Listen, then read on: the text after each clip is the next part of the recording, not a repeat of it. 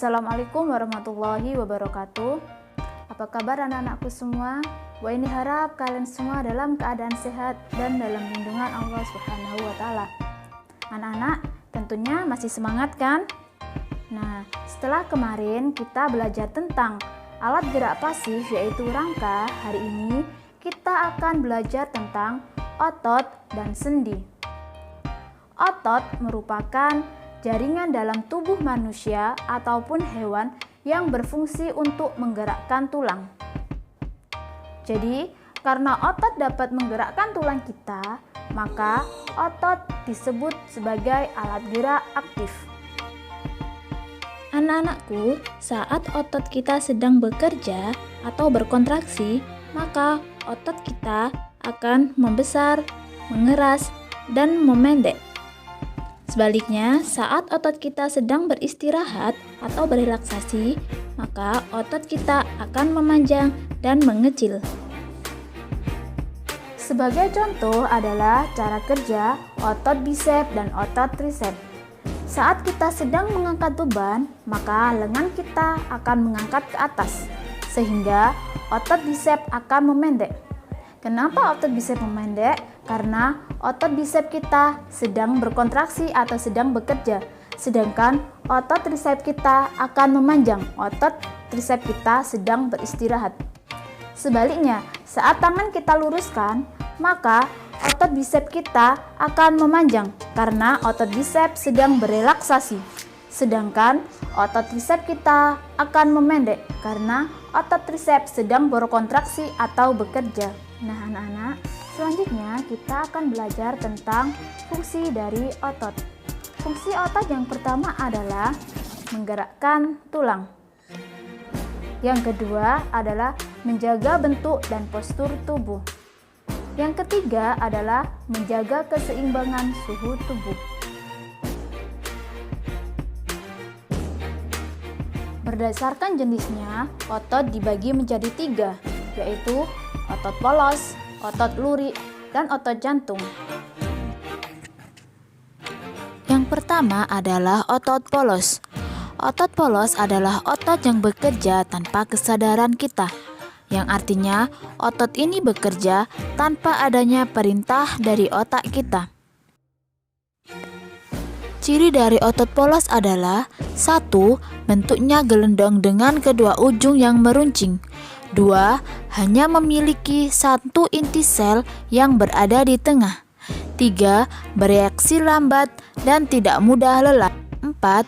Terdapat pada organ dalam seperti di dinding saluran pernapasan, dinding pencernaan, dan pembuluh darah. Nah, maka dari itu kerja dari otot polos ini secara tidak sadar. Karena secara tidak sadar kita bernafas, secara tidak sadar pula darah yang ada di dalam tubuh kita tetap mengalir. Jenis otot yang kedua adalah otot lurik. Disebut otot lurik karena memiliki garis terang dan gelap yang berselang-seling. Ciri dari otot lurik adalah 1. Bekerja secara sadar. Artinya, otot ini bekerja dengan kendali otak kita. Yang kedua, berbentuk silinder dan memiliki banyak inti sel yang berada di tepi. Yang ketiga, melekat pada rangka. Karena melekat pada rangka, otot ini juga disebut dengan otot rangka. Nah, tahukah anak-anak mengapa otot ini bekerja secara sadar? Karena secara sadar kita mampu menggerakkan rangka. Sebagai contoh, ketika kita ingin berjalan, maka kita bisa menggerakkan rangka kita untuk berjalan. Jenis otot yang ketiga adalah otot jantung. Otot jantung bekerja secara terus-menerus tanpa berhenti. Otot jantung adalah otot perpaduan antara otot polos dan lurik karena adanya persamaan. Misalnya, memiliki garis gelap terang dan inti sel ada di tengah. Ciri-ciri dari otot jantung adalah 1. Otot jantung terletak di jantung. Jadi, otot ini akan terus bekerja selama manusia masih hidup. Nah, otot jantung ini akan berhenti ketika seorang manusia telah meninggal. 2. Bekerja secara tidak sadar. 3. Terdiri dari sel-sel yang bercabang-cabang. Selanjutnya, kita akan belajar tentang sendi. Nah, anak-anak, tentunya kita semua sudah tahu bahwa tulang dan otot bekerja secara bersama untuk menghasilkan gerak. Tulang yang satu dengan yang lain dihubungkan dengan sendi. Berdasarkan jenisnya, sendi ada 5, yaitu sendi putar, sendi peluru, sendi pelana, sendi engsel, dan sendi geser. Sendi yang pertama adalah sendi putar. Sendi putar contohnya pertemuan tulang leher dan tulang tengkorak. Sendi ini dapat digerakkan dengan memutar. Yang kedua adalah sendi peluru. Sendi peluru tempat pertemuan tulang berbentuk bola dan tulang berbentuk mangkuk. Sendi ini dapat bergerak ke semua arah, seperti antara tulang panggul dan tulang paha. Selanjutnya adalah sendi pelana. Contohnya terdapat di antara tulang telapak tangan dan tulang ibu jari. Sendi ini dapat digerakkan ke dua arah.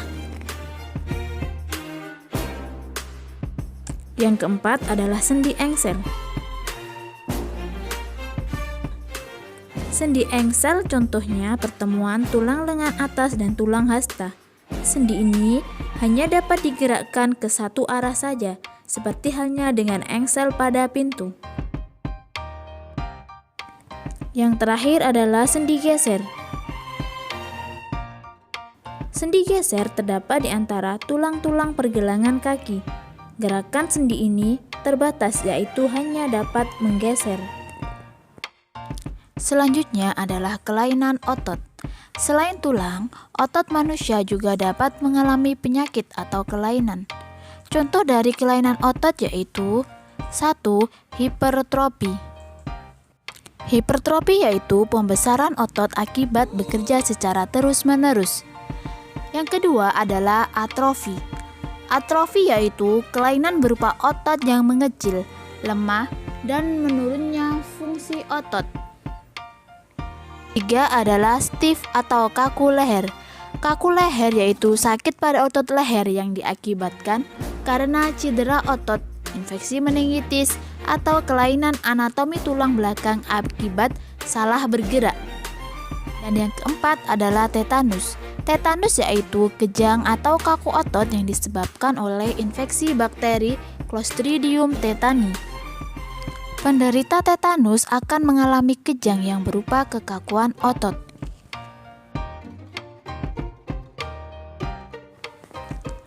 Pada pembelajaran sebelumnya, kita telah mempelajari beberapa contoh penyakit atau kelainan yang terjadi pada otot dan tulang manusia.